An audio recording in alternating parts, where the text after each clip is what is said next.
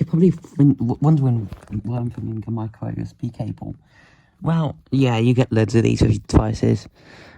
I don't know what this device is from, or what it came with, but it feels really nice, like really well made. I mean, the wire's nice and thick.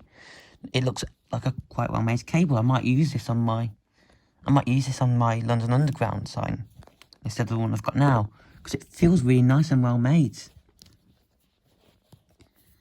There's usually to show you this.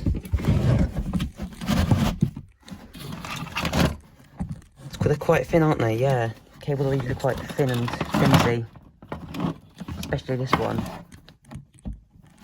Yeah, that one feels really nicely well made.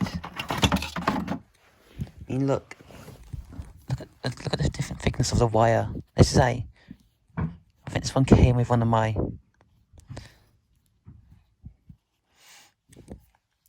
I'm not sure what this one came with now, but I know it came with something. But yeah, look at that. Just look at the difference in thickness of wire.